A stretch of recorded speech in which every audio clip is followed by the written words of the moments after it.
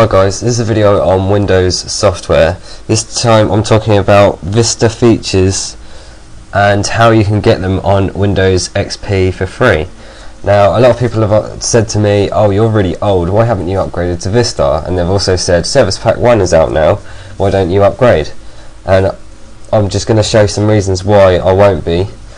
Here I've got some Windows Vista features, which are the things that are included with Windows Vista that makes people want to move to it, and basically I'm just going to go through each one and tell you what you can do to get it working on XP, or why I haven't got it. So we'll start with user account control. Now, user account control is something that asks your permission when you go to do things. Now, I just find that more of an annoyance than anything, because if I want to change something in the taskbar or things like that, it will come up with the permission. It's just more of an irritation for me, but it may not be for you, but for me it is, because I do a lot of administrative stuff on my computer. Also, with the system files on the Vista system, you have to take ownership of some things to rename things and copy things, like Windows files and things like that, so I can't be dealing with that, I'm afraid. The sidebar that's included in Windows Vista, well, here I've got something called desktop sidebar, and as you can see it looks a little bit, there's a lot more things you can do on here than you can do with the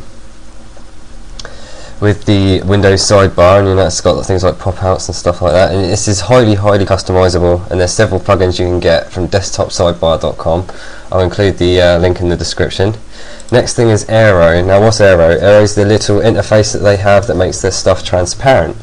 Now, you can have this functionality on XP. One of the things you can use is Vista, but that's in beta, I think. There's a new Vista 2008 version, but another version you can use is True Transparency. So if I just run this for you, and you'll now notice that I've got a transparent Windows.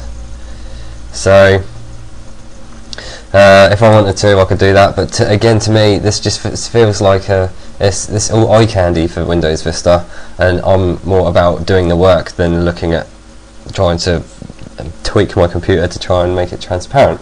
So next thing is Flop 3D. Now, yes, I put Flop 3D here. The actual thing is called Flip 3D, but I've called it Flop 3D because I've asked several people who have this functionality in Vista if they've actually used it, and they've said they've either used it once or twice and they don't use it. And this was one of the selling points of Windows Vista, was the fact that you could flip it to 3D. So I'll end this transparency for a second, and yes, you can get this working on Windows XP. So there's a program called WinFlip. Just double click it, you notice it doesn't do anything, but when I go to do the Windows tab, don't know if you can see, but it's alternating between the windows. So if you really want to do it, I think this is quite low resource as well, but if you really want to do it, then you can do it like that. Now, Sergio UI font, this is the default font that's with Windows Vista. It looks slightly sleeker than this font, which is sans serif, I think. But with a couple of tweaks, you can get that running on XP. All you have to do is download a theme that works with Sergio UI, and I've done a tweak in my turning my desktop dark video, and you can basically get everything in a font you want. At the moment, all mine's set to Calibri, but yeah, you can set this to Sergio UI just with a registry tweak and things like that. So Internet Explorer 7, Windows Media Player 11, and Windows Live Messenger 8.5. These are the things that are included with Windows Vista, I think. I think this one you have to download, but all of these you can download for XP and use on XP, so there's no point. Start bar search. If you really want to, you can download something called Voice Start, which is by Windows X or something, where you start and you can have a search bar here.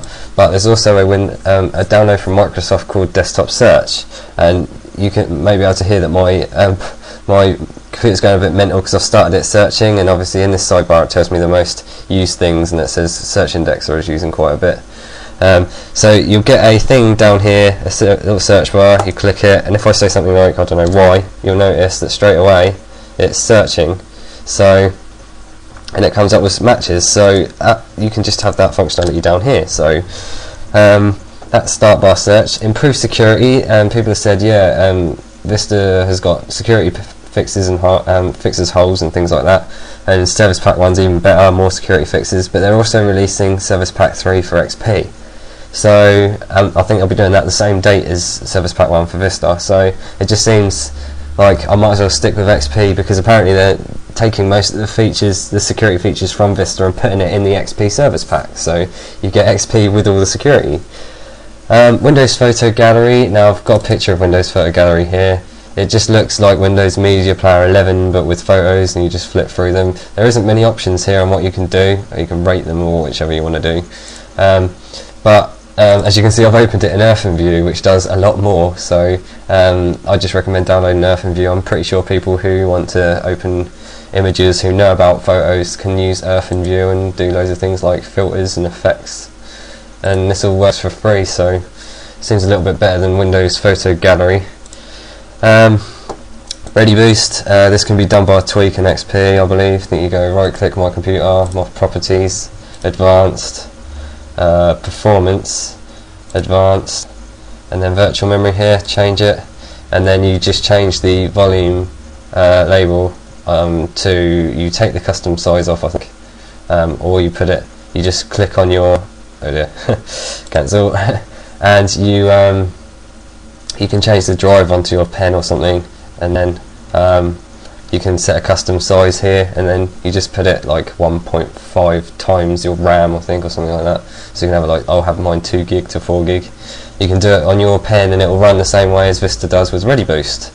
So that seems, there's no point in getting it if you can do it anyway.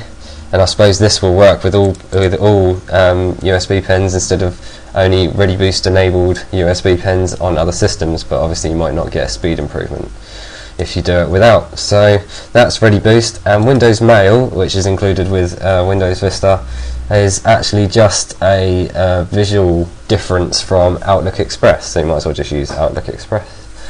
So that's pretty much it really. I can't think of anything else that will convince me to go to Windows Vista. If you can think of anything, then please leave a comment, and I will get back to you on what I think can be an alternative to what Windows Vista does, other than being a new operating system, because obviously that was released the beginning of last year, 2007, and XP was released in 2001. So you may be thinking, why are you using a 7-year-old operating system? Well, everything you can do in Vista you can do on XP. So that's about it really. So thanks for watching my video.